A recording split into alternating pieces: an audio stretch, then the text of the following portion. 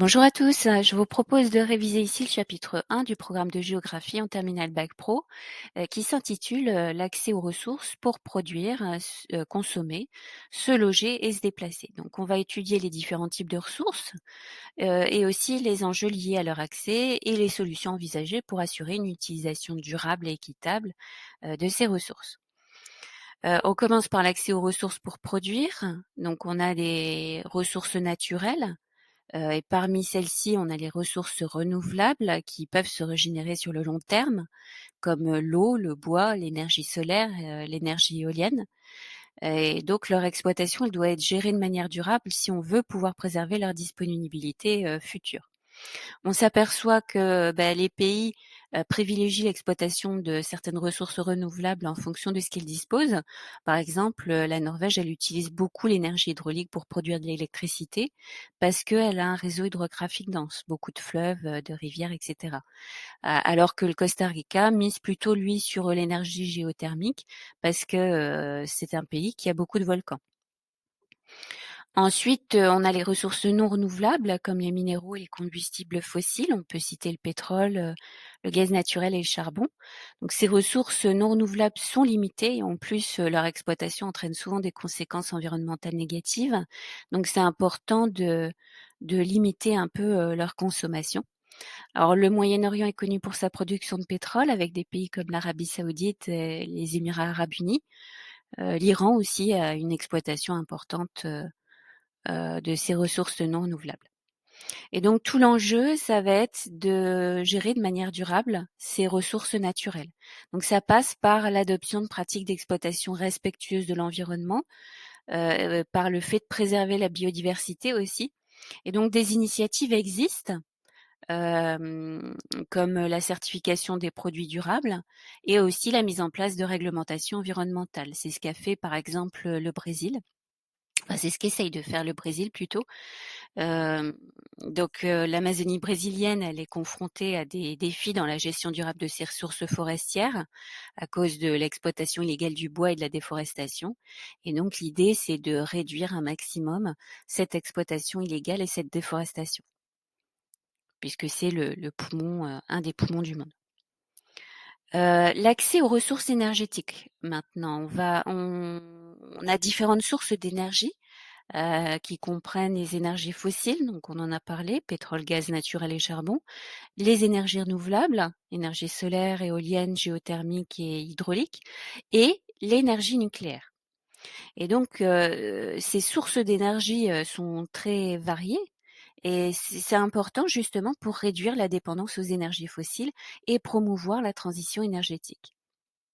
L'Islande, qui est le pays de la glace et du feu, c'est un exemple de pays qui utilise activement l'énergie géothermique à cause de ses volcans, enfin grâce à ses volcans, et l'énergie hydraulique parce que c'est le pays de la glace et qu'il y a beaucoup d'eau sur cette île, donc pour répondre à ses besoins énergétiques. Donc cette transition énergétique, elle vise à passer de l'utilisation des énergies fossiles à un modèle plus durable et plus respectueux de l'environnement. Donc ça implique des défis comme le développement justement de ces énergies renouvelables, l'amélioration de l'efficacité énergétique, la modernisation des infrastructures et le fait aussi de sensibiliser les gens aux enjeux énergétiques. En Europe, l'Allemagne, elle s'est engagée parmi les premiers pays dans une transition énergétique majeure en voulant réduire sa dépendance aux énergies fossiles et en augmentant la part des énergies renouvelables dans son mix énergétique. Bon, certains évoquent le fait que ils ont voulu aller trop vite et donc malheureusement ça ne suffit pas aujourd'hui pour répondre à leurs demandes en électricité. Donc ils sont obligés d'importer l'électricité, par exemple chez nous, qui produisons l'électricité surtout par le nucléaire. Donc ça a des conséquences. Et ils commencent à rouvrir aussi des exploitations au charbon, ce qui n'est pas l'idéal non plus. Les politiques incluent de plus en plus maintenant des mesures incitatives pour les énergies renouvelables, pour mettre en place des réglementations environnementales et aussi des accords internationaux sur la réduction des émissions de gaz à effet de serre.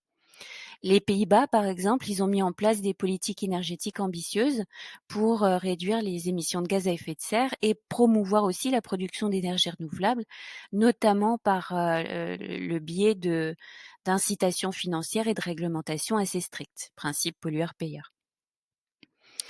On regarde maintenant l'accès aux ressources agricoles, donc l'agriculture intensive qui repose sur l'utilisation importante des pesticides, des engrais chimiques, de monoculture, peut entraîner des problèmes environnementaux et sociaux comme la dégradation des sols et la perte de la biodiversité.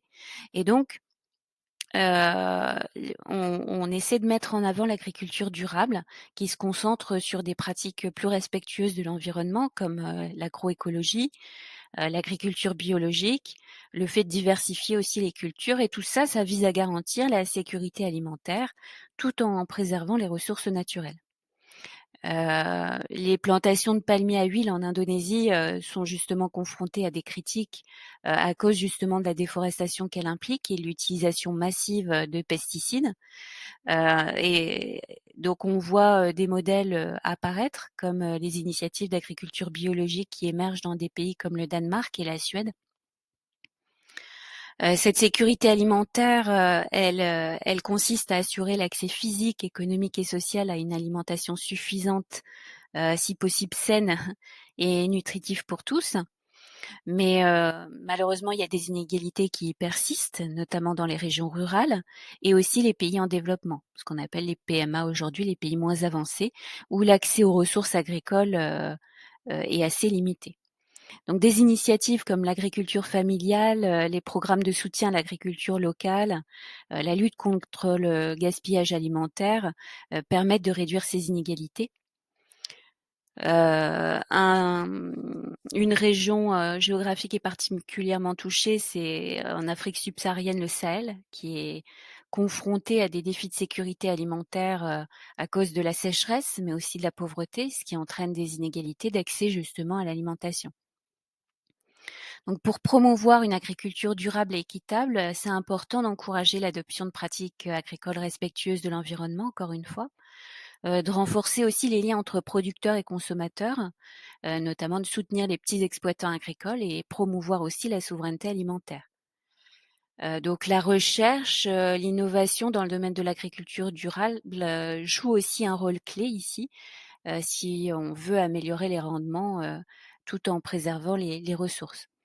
La ville de Vancouver au Canada, par exemple, elle a adopté une approche novatrice en matière d'agriculture urbaine, puisque elle encourage la culture de fruits et de légumes dans les espaces publics et sur les toits aussi, donc ce qui favorise un accès équitable à une alimentation saine.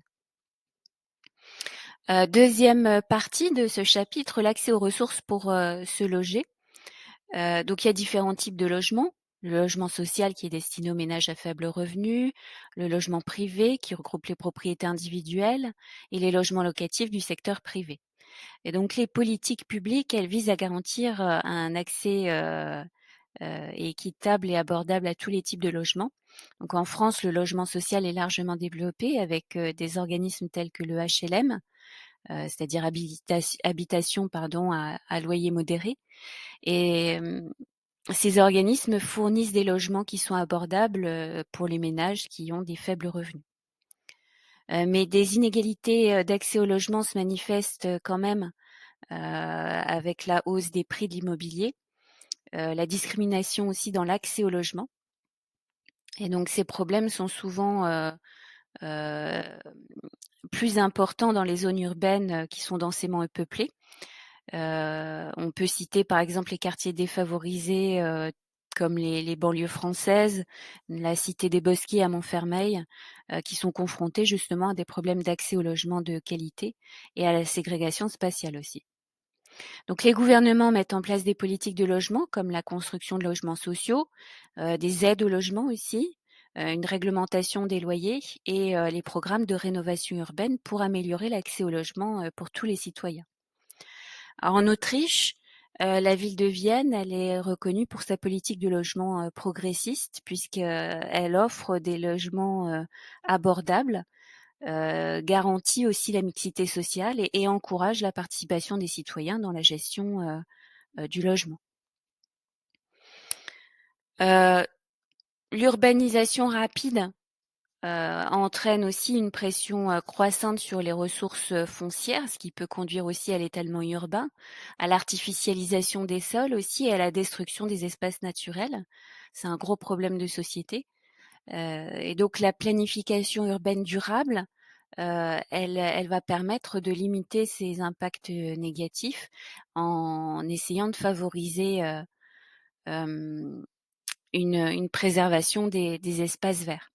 En Chine, la ville de Shanghai, elle a connu une expansion urbaine très rapide, ce qui a entraîné une pression considérable sur les terres agricoles autour et ce qui a contribué aussi à l'étalement urbain.